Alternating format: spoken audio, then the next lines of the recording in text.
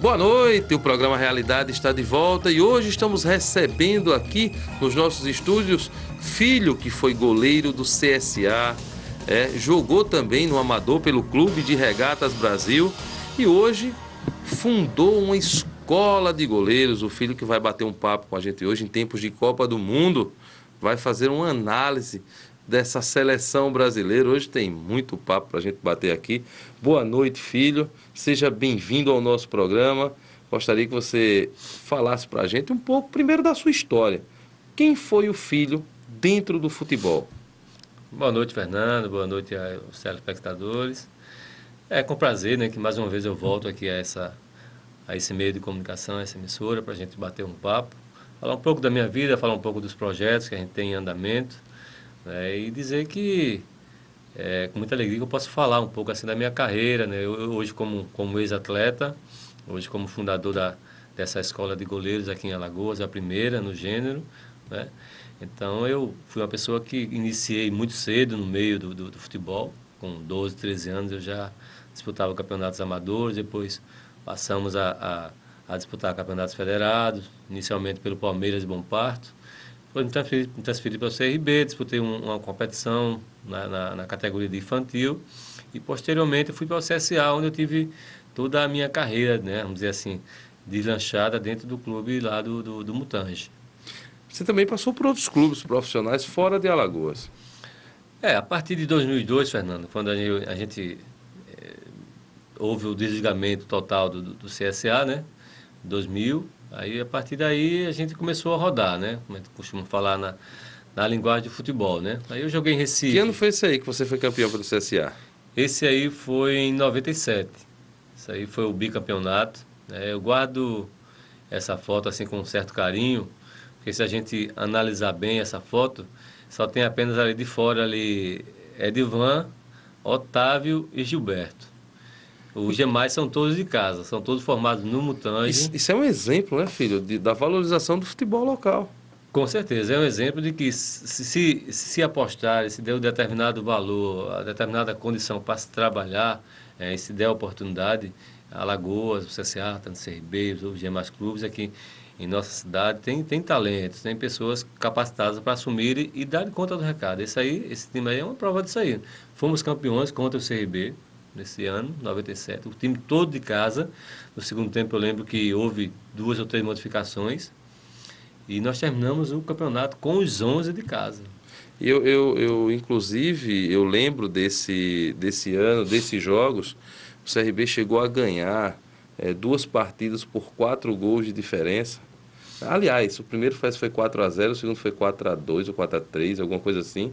E depois o CSA, nas duas partidas finais, conseguiu reverter esse quadro, né?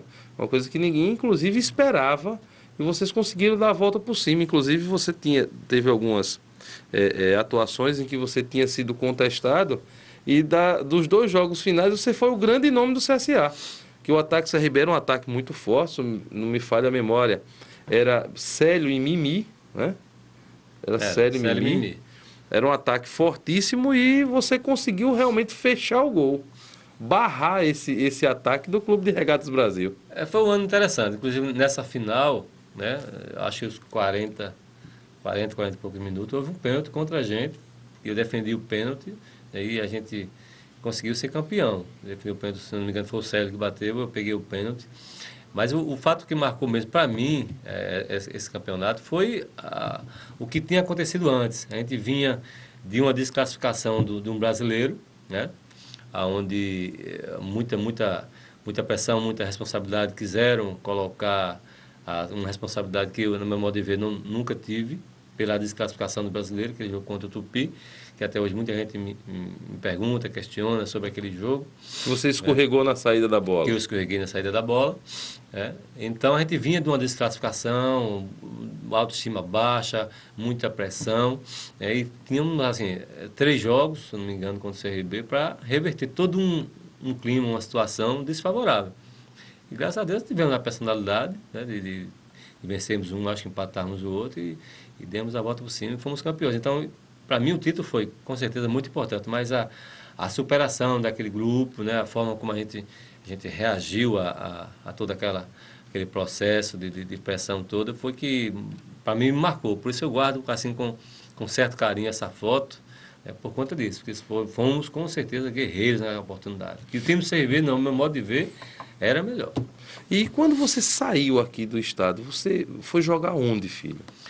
Fernando, eu joguei em Recife, assim, os clubes foram variados, mas eu joguei em Recife, joguei na Paraíba, eu joguei no Chegou Rio a ser Grande do campeão Norte. fora de Alagoas? Cheguei, graças a Deus fui campeão, fui vice-campeão, fui campeão no Rio Grande do Norte pelo Corinthians de Caicó, fui vice-campeão pelo Campinense, chegamos a pleitear uma vaga para a final no Pernambucano com o Recife, que hoje não existe mais. Enfim, a minha Verdade, carreira... o time do Recife não existe mais. porque o time do Recife era um time assim de empresários, na verdade, né? O presidente na época era o Josimar, ele era um Ô, empresário filho, do ramo de calçados, e tinha outros que assessoravam quem injetava o dinheiro. E não sei porque houve um desentendimento, chegaram a ser campeões no ano anterior, pernambucano, e depois eu fui, disputamos o Pernambucano, né, esse ano, 98, se não me engano, fui em 98 foi, e depois o time acabou. E hoje, sabe dizer se existe ainda em Recife o Ibis e o Vovozinha? Não, o Ibis ainda existe, né? O Ibis O ainda Ibis ainda existe. existe, O vovozinho eu não sei, mas o Ibis ainda existe, continua na batalha. Esse que é o pior time do mundo, né? Dizem, Nem né? os torcedores têm camisa dele. Tá aí o charme, né? Tá aí o charme. Ninguém tem esse título, né? É verdade, é o É o charme. charme, verdade. Filho, uma curiosidade agora, tá? Você como um atleta que rodou bastante no futebol, experiente, inclusive, depois que você encerrou sua carreira, além de preparador de goleiros, você se mostrou um grande treinador, né? Inclusive, liderou a equipe do CSA e levou o CSA a grandes vitórias. Inclusive, no Sub-20 chegou às finais do campeonato.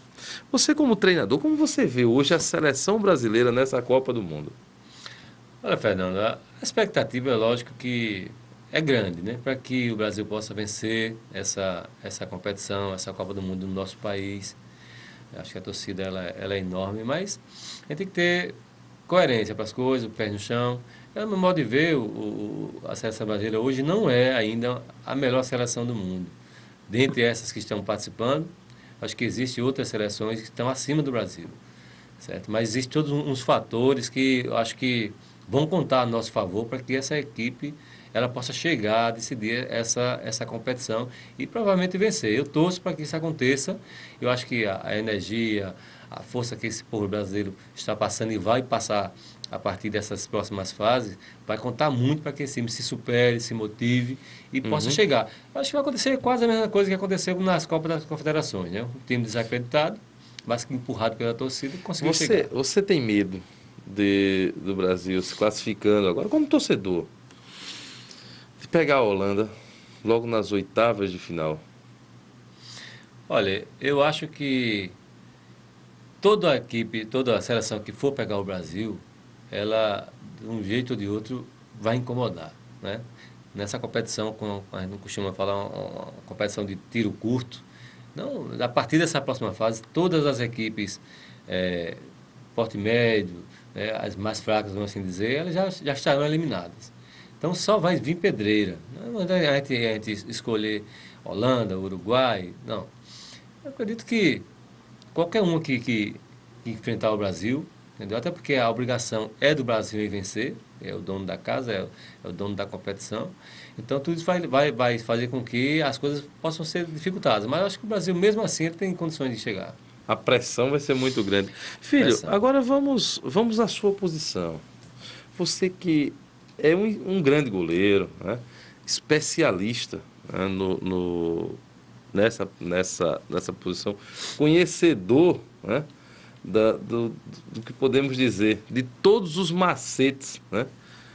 Para quem vai jogar de goleiro. Tanto é que você agora está ensinando as pessoas através da sua escola de goleiros, que daqui a pouquinho a gente vai falar sobre isso. O goleiro da seleção brasileira, Júlio César, né? Ele lhe inspira confiança. Inclusive, nesse último jogo, o Júlio César rebateu muitas bolas, inclusive para frente, né? Que é um fundamento básico. Eu achei que você fizesse uma análise do Júlio César para a gente, filho.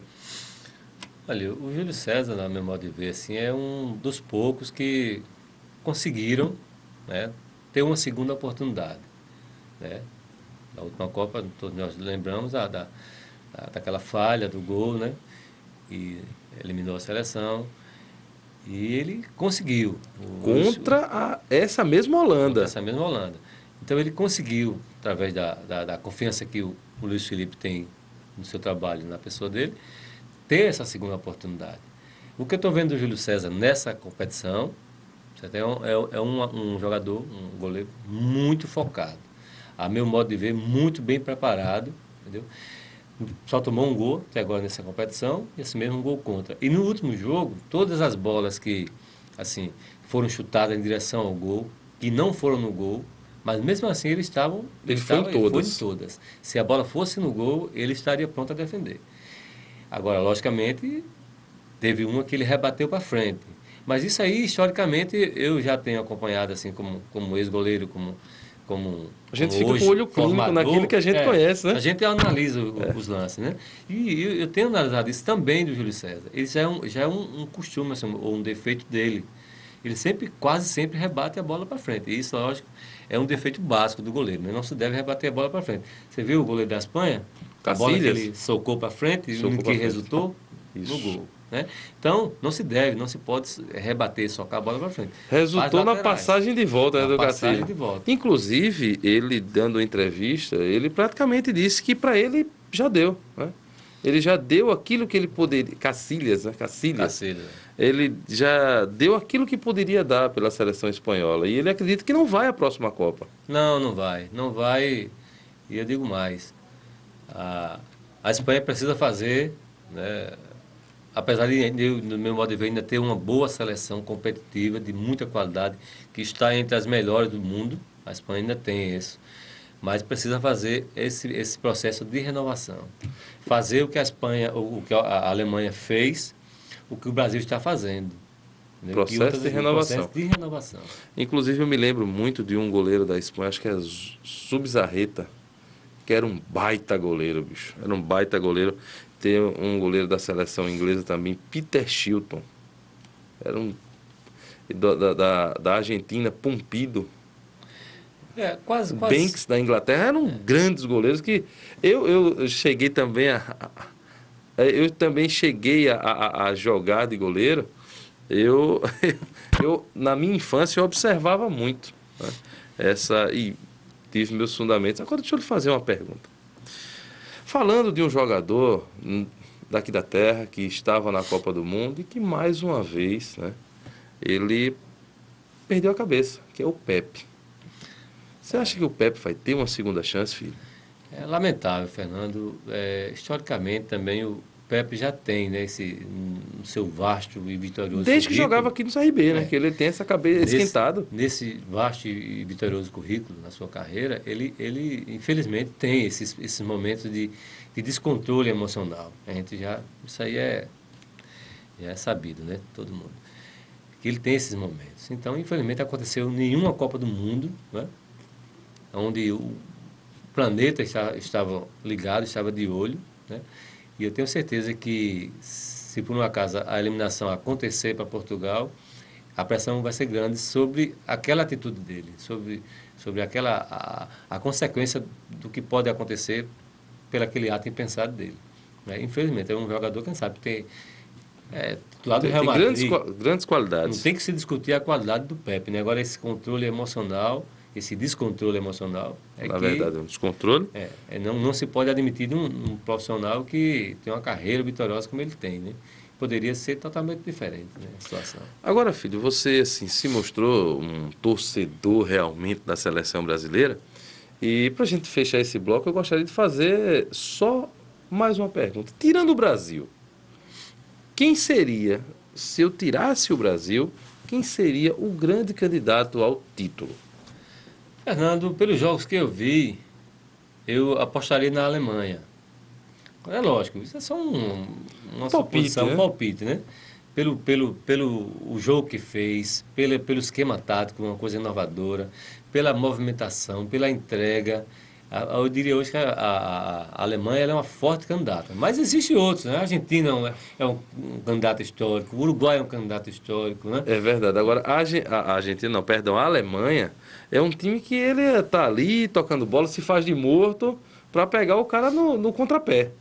E É impressionante hoje o modo de jogar da Alemanha, né?